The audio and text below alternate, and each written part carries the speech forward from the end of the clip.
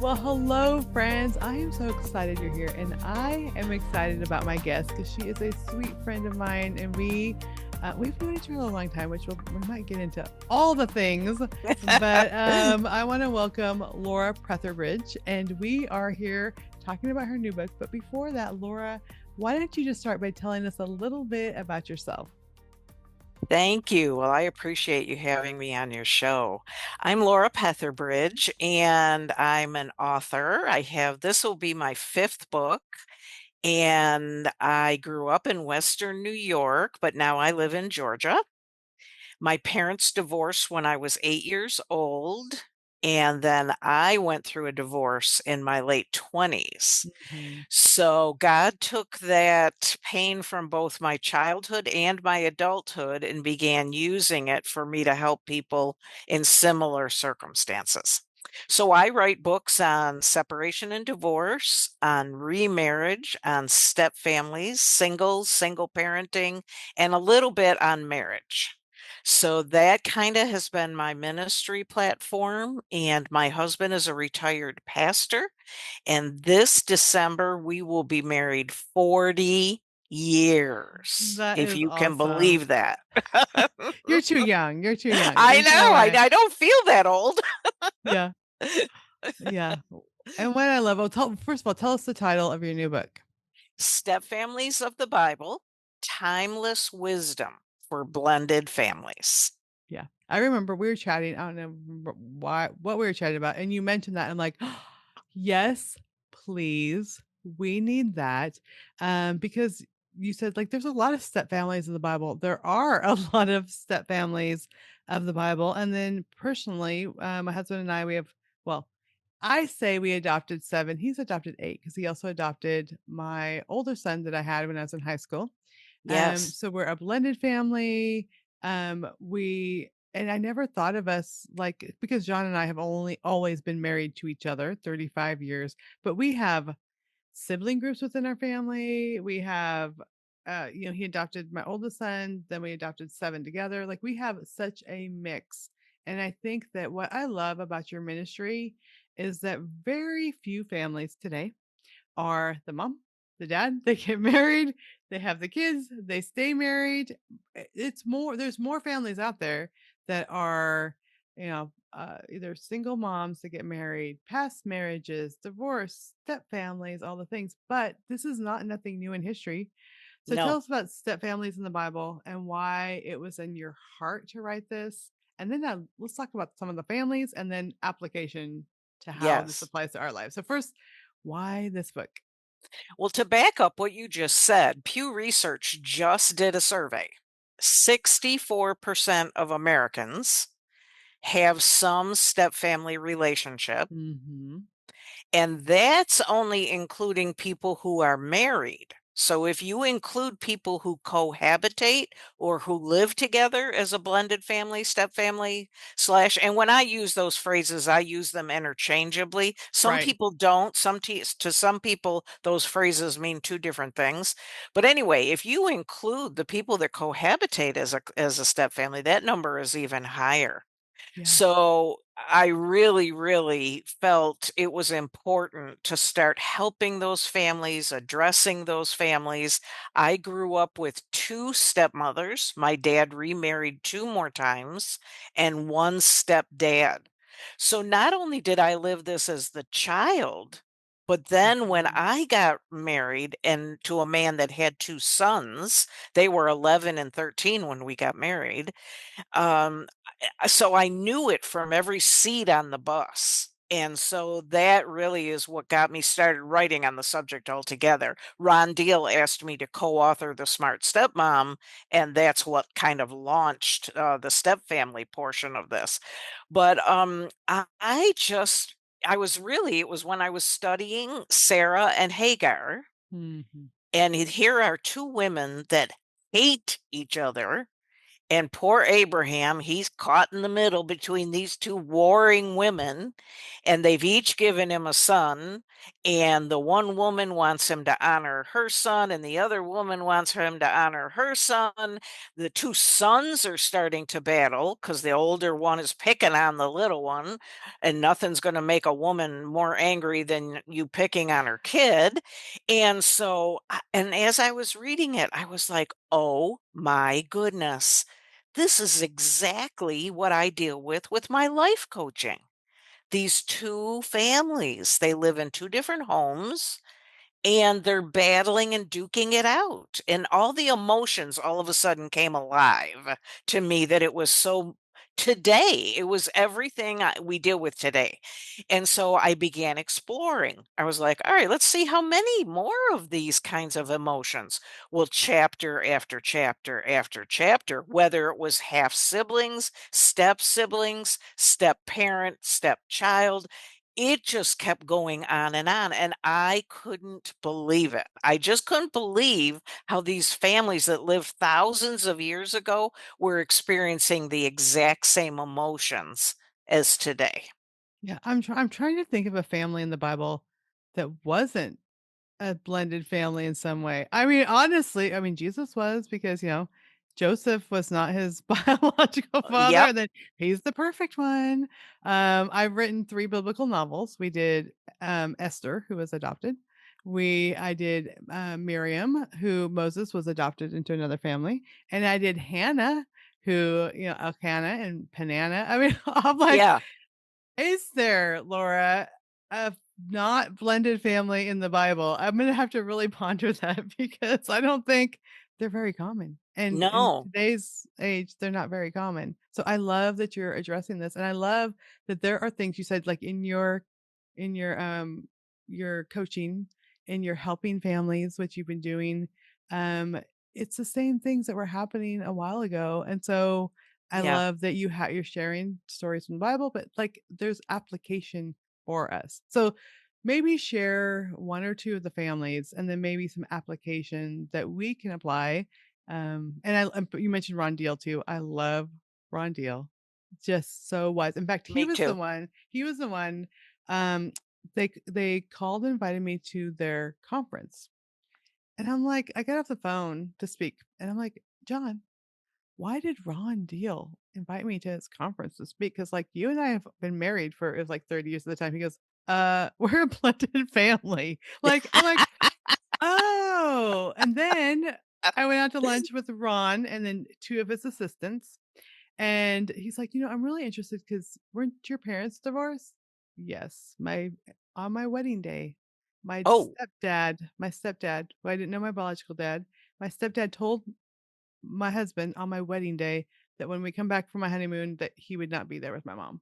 oh my So gosh. Ron's like, "Yeah, I'm kind of interested more even of your," and I'm like, "How do you even see into my soul right now?" Because that's what Yes, I felt like. But I think there's a lot of issues I didn't even realize. Okay, so let's get back to some of the families in the Bible and then applying it to probably almost everyone listening to this yes. podcast, Laura. Well, what I tried to do, what I recognized is that each family, in all the years that I've been working in divorce recovery and then step families, there is a circle of common emotions. There's these handful of emotions that were typical, that would be normally present in every family. And so what I did is I took that emotion that people were trying to overcome, such as Mm, resentment, jealousy, anger, fear, these emotions that modern day families were experiencing. And then I chose a step family from the Bible that learned how to overcome that emotion or how God ministered to that emotion. And so that's really how the book is laid out, is overcoming the most common complexities and then using each family. And then at the end of each chapter, I put what can we learn from this step family and how can this step family help my step family?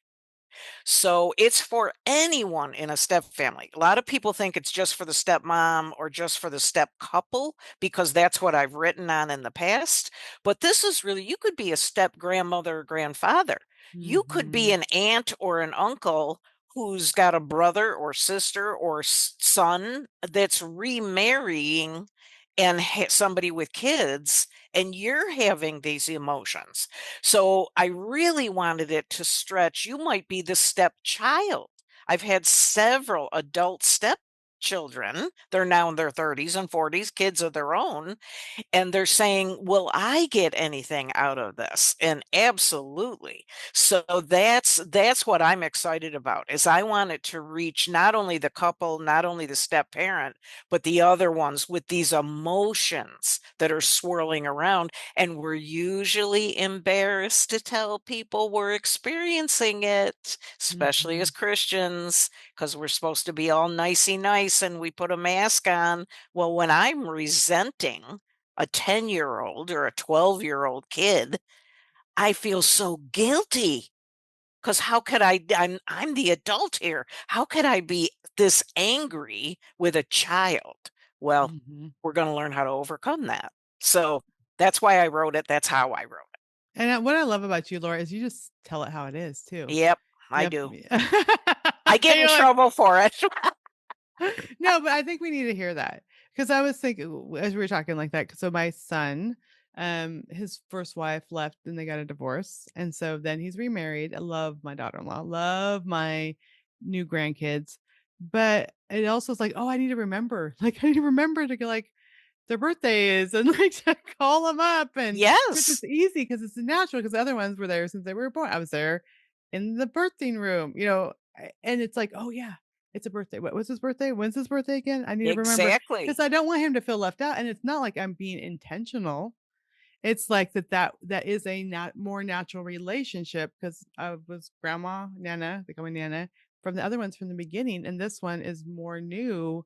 And I love them. They're awesome. I want them to be a part of our family, but it's like I forget. I I forget. totally understand. My brother remarried. My brother had 2 kids and, they lived around the corner from me, so I was very close to them. And when he went through a divorce and then got remarried, she had 2 children and brought those in. And I never wanted those kids to feel outside the circle. Never, Mhm. ever. But it was more like the first 2 came naturally. I had to make more of a mental application with the kids that entered the family Yeah. afterwards. Yeah. So good. Okay. We keep going on these side trails, but I think people need to hear these side trails to know that they're not alone. That this isn't something that Right. they're if they're like, oh, okay, I'm feeling these emotions. Okay, so let's talk about some of these emotions and some of the families in the book. Well, I'll tell you the 2 that really, I mean, I've been reading the Bible for 43 years. I've been a Christian for 43 years. I came to Christ as an adult. And the first thing that kind of, I started to tear up when I was writing it. That's when you Mm, know God's revealing mm-hmm, something new, is when Joseph sees his brothers for the first time. So of course mm-hmm. they tried to kill him, they hated him, and we have to remember he was the what we would call today is the ours baby. So that's when, the dad and the wife he really wanted, in today's world we would call that the stepmom, the wife he really wanted to be, they have a baby and he kind of becomes the prized little child. Yep, And yep. step siblings or half siblings often feel that way when their mom or dad has another baby. Like that's like the little crown prince now. Mm-hmm, mm-hmm. And that's kind of how Joseph was. He was favored. He and Benjamin were favored. And so the brothers hate that. They try to kill him. They end up, he gets sold to slavery. And so many years later, when he sees his brothers, but they don't recognize him because he was a young boy when they tried to get rid of him. Yeah. Now he's a grown man. He's probably got makeup on because of the other culture. He's speaking a different language. He can understand them, but they don't know it. Mm-hmm. And the scene where Joseph is in the other room and he had to go to the other room because he's crying so hard over seeing his brothers again and reliving everything that had happened. It says he was wailing so badly and so loudly. It's that guttural cry. Mhm. You know, Trisha, you only cry like that a handful of Yeah. times in your life. That Yeah. guttural, oh, my soul is dying. The servants hear him weeping like that, and they're just kind of looking at each other like, what the heck is going on? You know that that feeling was so deep in him. And so that brought me to my knees. This half brothers and young, old. And when he gets to see Benjamin again, it's that whole Joseph story of the reconnection and how he's able to forgive them. Mhm. It is so powerful, but it's also so step family. Mhm. Because not all half siblings enjoy each other. Not all Right. half siblings want each other. I get letter after letter. My older half brother wants nothing to do with me. My half sister that won't even come visit me at Christmas. What did I do wrong? Probably nothing. Probably nothing. It's all those emotions. It Yeah. hurts. It's It hurts. rejection. And even after they came down to Goshen, the brothers are there, they brought all their families. When their father died, the brothers, "Oh, he's gonna really get revenge on us." Yes. And Joseph had Yes. to confirm that, "No, I do forgive you." I mean, Yep. so that whole time, they're almost like they were waiting for the other shoe to drop. Like, "Oh, he's being nice to us now because dad's still alive." Yeah. But they were seriously thinking that now he was gonna take revenge or yeah, Yeah, and can you imagine seeing your full brother, Benjamin, for the first time when he insists that they bring Benjamin right. back, and the father doesn't wanna let him go, and I just the Lord allowed me to be in those shoes and to see that, Mhm. because I have 1 biological brother, 2 stepbrothers, and 1 half brother. From all Mm. my dad's marriages, I Mhm. have those scenarios. And some of them want to be close and others of them do not. Yeah. And so it's very complex and it can cause you to be like, well, what's wrong with me? What did I do wrong? And so I loved that. The other thing that brought me just to my knees, and again, I'd read this how many times, but at the foot of the cross, when not even one of Jesus's half siblings is at the foot of the cross. Mm. And we know this because he gives Mary, his mother, to John. Yeah. See, women had to be given to somebody back in that day because they couldn't fend for themselves. And he wouldn't have had to give his mother to John if one of his half siblings had been there. And Mhm. so, they don't believe him, they ridicule him, they mock him, now afterwards those things Yeah. change. Yeah. But, I had never thought about his half siblings not being at the foot of the cross. His worst moment, and not one half sibling is there. Mhm. So, those 2 moments were very profound for me as I was writing. There were others, but those were the 2 peak. Yeah. And I think these emotions are there because we have expectations. Like they're a sibling. They should want to spend holidays together. We should send cards. We Anytime you have the shoulds in there, you're going to be disappointed with Yes. anything in our lives. And so it really is hard dealing with the expectations and they don't and people are people. And hurting people hurt other people. And if people are hurt, you might be the end of it even though you didn't do anything or maybe you've hurt other people Yes. maybe unintentionally or intentionally. So there's a lot going on this. Okay, let's have some pointers and some help. We need to wrap this up Yep. because it's all of us. It's all of us in some way or another. I'd be surprised if there's a listener out there that doesn't have some type of step something somewhere.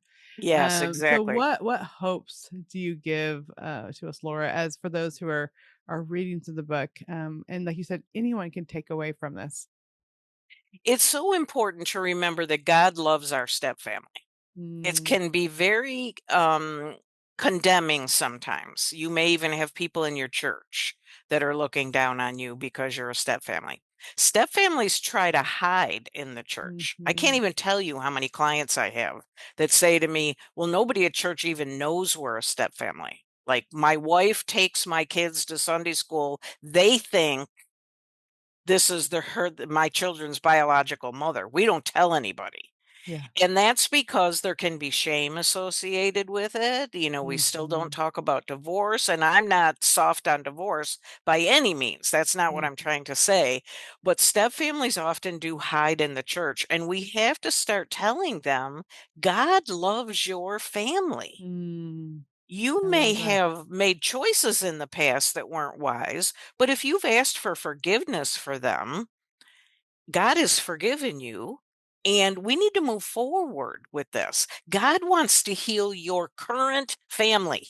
Mhm. Mhm. And so the family you are in right now is the one God loves, God nurtures. The Holy Spirit will guide you on how to be a good step parent, how to deal with the rejection or the pain or the slander or the ex spouse saying negative things. God will teach you how to do all of that. I've often said that being a stepmom has taught me more about how to love like Jesus than any Mm. other experience in my life because it is consistently sacrificial. Mhm. It's not about me. It's consistently doing what my husband needs, what my stepkids need, what would be take the higher ground. And so, that's a learning process. It took me a long time to put my own pain aside and say, okay, God, you've got to help me with that. But I now want to be an instrument of peace if I can, if it's possible, if it's Yeah. within my.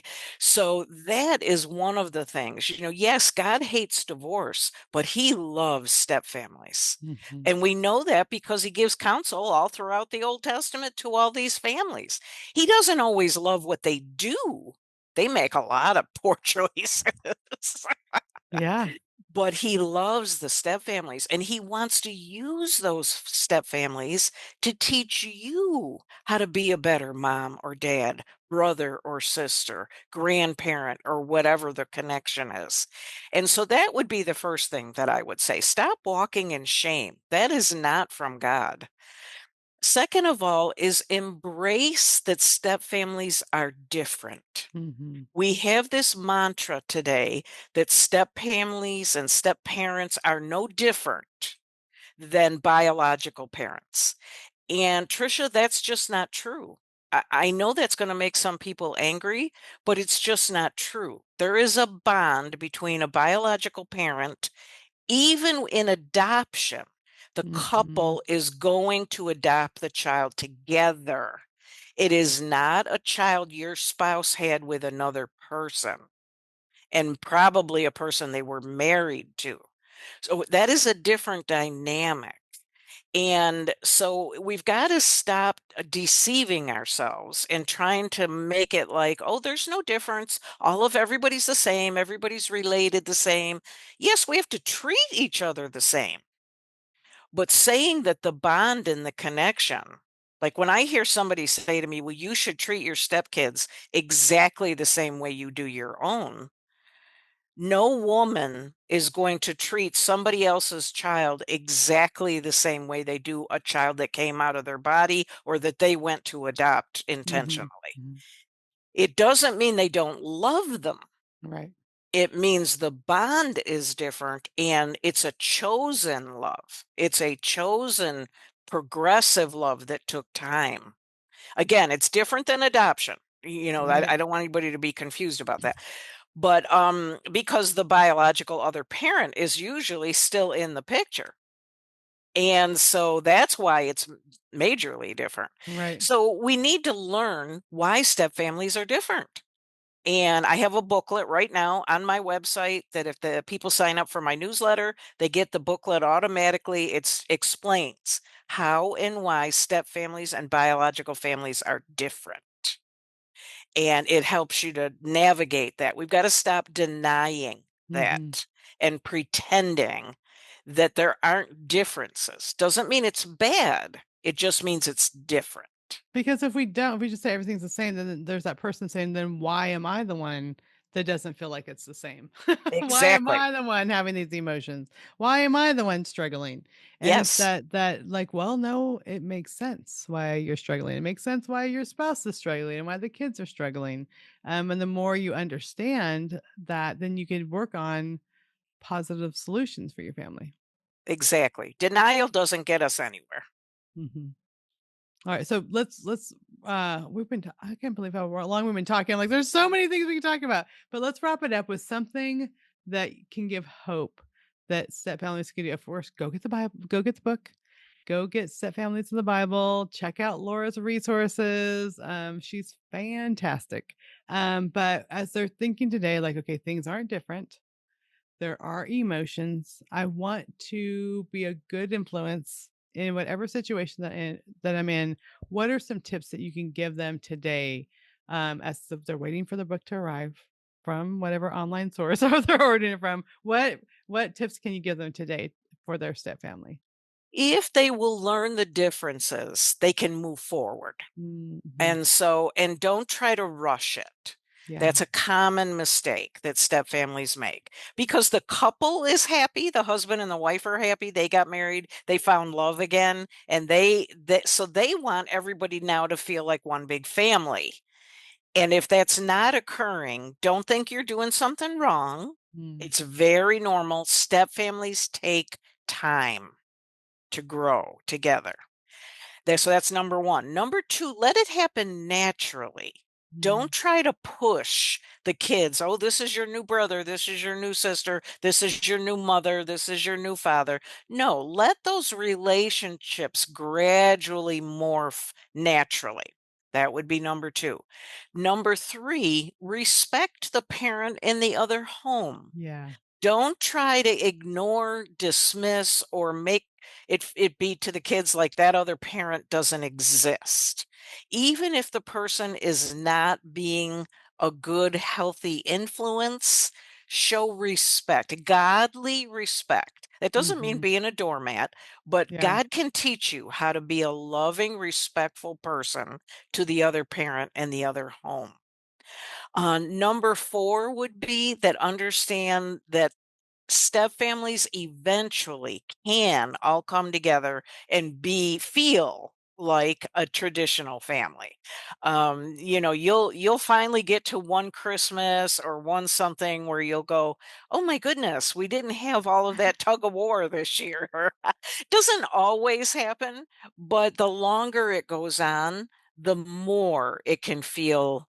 Ron Deal often says that in a step family, the couple gets their honeymoon at the end, not at the Mhm. beginning. And that's very, very true because often it's not till the kids are grown and out of the house that the couple then can feel like they've just got me time. Yeah. And so don't think you're losing your mind or you're abnormal. That is very, very normal. So, and you have to just keep giving it over to God and saying, teach me, teach me, teach me how to do this in a godly way. And he will. Yeah. Eventually he will. I love it. I love it. I love it so much that this book is an insight into these families that we know about very well, that we're like, oh, I never thought about it that way before. But also some truths about yes, we are different and that's okay. And then some applications of how we can deal with all these varied emotions that are very real. It doesn't help to shove down the emotions because the No. emotions are gonna have to come out some way. So I love it. So again, the book is Step Families in the Bible. Laura, tell us where we can find the book and where we can get more information about you and everything that you're doing. Yes, my website is thesmartstepmom.com, thesmartstepmom.com. And all kinds of blogs and free radio and TV and podcasts, all kinds of things on there. And then my Facebook page is The Smart Stepmom, and Instagram is Smart Stepmom. So I'm a geezer, so I don't do tons of social media, but especially with the book launching, I try Yes, to get but out there. it's such a good book, and yeah. So and all your resources, excellent stuff. I get your newsletter. You always have great stuff in there. So yes, so Thank you. thank you. Thank Thank you, you. Laura, so much for being here. And we will make sure to have all the links to everything she mentioned in the show notes. Thank you, Trisha. I appreciate your heart for step families. Thank you.